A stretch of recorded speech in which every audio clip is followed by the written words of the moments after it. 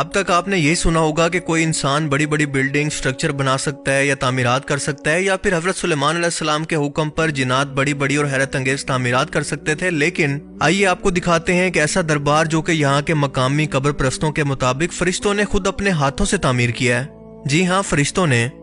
ملتان میں مظفر گڑھ روڈ سے تقریباً 35 کلومیٹر دور شیخ سعدن شہید کی قبر موجود ہے، جو کہ 1206 کے اندر منگولوں سے لڑتے ہوئے مارے گئے، لیکن ان کی قبر پر یہ تقریباً 750 سال پرانا یہ مقبرہ کس نے تعمیر کیا، اسے بنا چھت کے کیوں چھوڑ دیا، یہ تاریخ کا ایک بہت بڑا راز تھا جس کا یہاں کے موٹے دماغوں کو پتہ نہیں چلا، تو ان لوگوں نے اس کو فرشتوں پر ڈال دیا اور یہاں پر منتیں مرادیں ماننا شروع کر دی۔ یہ لوگ مانتے ہیں کہ راتوں رات صرف ایک دن کے اندر یہ بلڈنگ فرشتوں نے تعمیر کی کہ کسی کو خبر بھی نہ ہو، لیکن پاس موجود ایک شخص کی جب آنکھ کھلی تو اس شخص نے ان فرشتوں کو دیکھ لیا، اسی لیے وہ فرشتے جلد بازی کے اندر اس کی بلڈنگ کو ایسے ادھورا چھوڑ کر، یعنی اس کی چھت کو ایسے ادھورا چھوڑ کر یہاں سے چلے گئے۔ یہ لوگ مانتے ہیں کہ بارش آنے پر بھی اس کی چھت کھلی ہونے کے باوجود بھی بارش کا پانی اس مزار کے اندر داخل نہیں ہوتا، جبکہ دربار پر موجود ڈیزائننگ اور لکھاوٹ سے یہ واضح طور پر دیکھا جا سکتا ہے کہ 700 سال پہلے یہ تعمیرات سینٹرل ایشیا کے اندر آئی تھی، جنہیں ہندوستان کے لوگوں نے پہلی بار اپنے ملک کے اندر بنتا دیکھ کر اس کو فرشتوں سے جوڑ دیا، اور یہ جہالت نسل در نسل اپنی اگلی نسلوں کو ٹرانسفر کیے رکھی۔ ڈھول کی تھاپ پر یہ مجرا جو کہ آپ اپنی سکرین پر دیکھ رہے ہیں، یہ انڈیا کے اندر ایک پیر صاحب کے دربار پر منتیں پوری کروانے کے لیے ہونے والا دراصل حلال ڈانس ہے، جو ڈھول کی تھاپ پر آگ کے دیے جلا کر ان کے سامنے کیا جا رہا ہے، جیسے ہندوؤں کی طرح آگ کی پوجا کر رہے ہوں۔ ان لوگوں کو دیکھ کر ایسا لگتا ہے جیسے یہ کوئی انسان نہیں بلکہ افریقہ کے جنگلوں سے آئی ہوئی کوئی نئی مخلوق ہے، جو کہ دماغ سے کبھی سوچتی نہیں ہے کہ آخر یہ لوگ کر کیا رہے ہیں۔ کیا یہ وہ لوگ ہیں جو کہ آج دنیا بھر کے اندر اسلام کے لیے اپنے کردار کی وجہ سے تبلیغ کریں گے؟ الٹا ایسے تماشوں کو دیکھ کر جو لوگ دین اسلام پر آج قائم بھی ہیں تو وہ بھی دین اسلام سے پھر جائیں گے، یا یوں کہیں کہ ملت بن جائیں گے، جو کہ آج کی نوجوان نسل اس سے بدزن ہو کر ہو رہی ہے۔ آئیے آپ کو ملواتے ہیں ایک نئے فرقے سے جو کہ ابھی ابھی مارکیٹ کے اندر لانچ ہوا ہے، جس کا نام ہے کرکاری کرکوری الکرکریا۔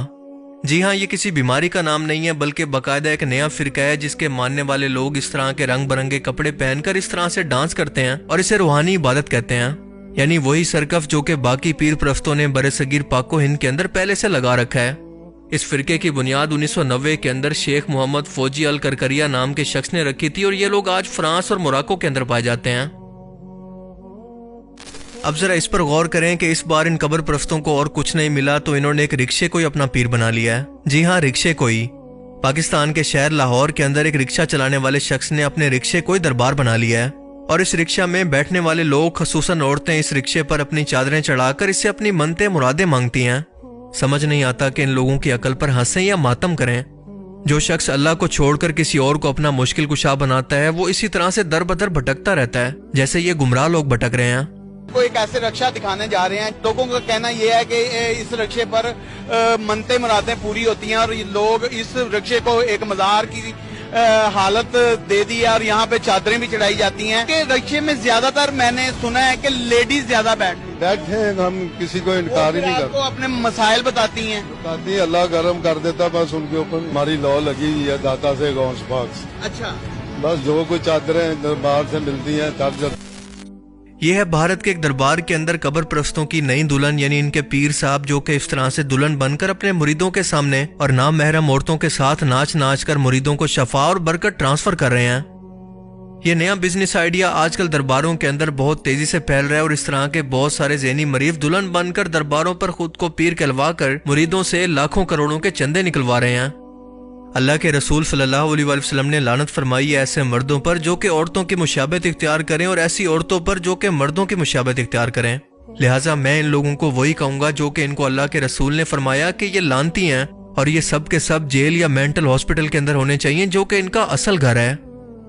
آپ اندازہ کریں کہ یہ وہ امت ہے جس کے لیے اللہ کے رسول صلی اللہ علیہ وسلم نے رو رو کر اللہ سے اس کی مغفرت کے لیے دعائیں مانگی، تکلیفیں، جنگیں، بھوک پیاس اور پتھروں کو برداشت کیا، اور آج یہ امت اس حال کو پہنچ چکی ہے کہ جس محمد صلی اللہ علیہ وسلم نے پتھروں کو کلمہ پڑھا دیا، اس کی امت آج ان پتھروں کو سجدہ کر رہی ہے۔ واقعی شرم سے ڈوب مرنے کا مقام ہے۔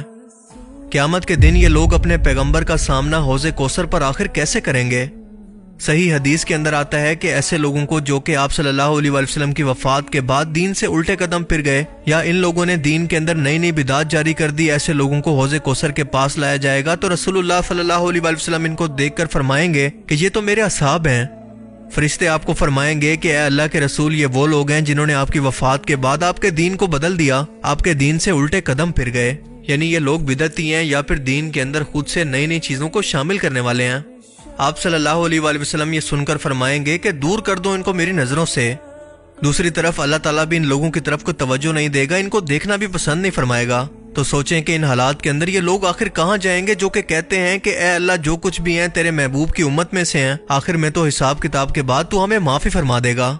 یا رسول اللہ صلی اللہ علیہ وآلہ وسلم قیامت کے دن خود ہماری سفارش کریں گے۔ کاش یہ باتیں ان لوگوں کی سمجھ میں آ جاتی۔ اللہ تعالیٰ سے دعا ہے کہ ایسے لوگوں کو ہدایت عطا فرمائے۔ اللہ تعالیٰ ہمیں سمجھنے کی اور نیک عمل کرنے کی توفیق عطا فرمائے، آمین۔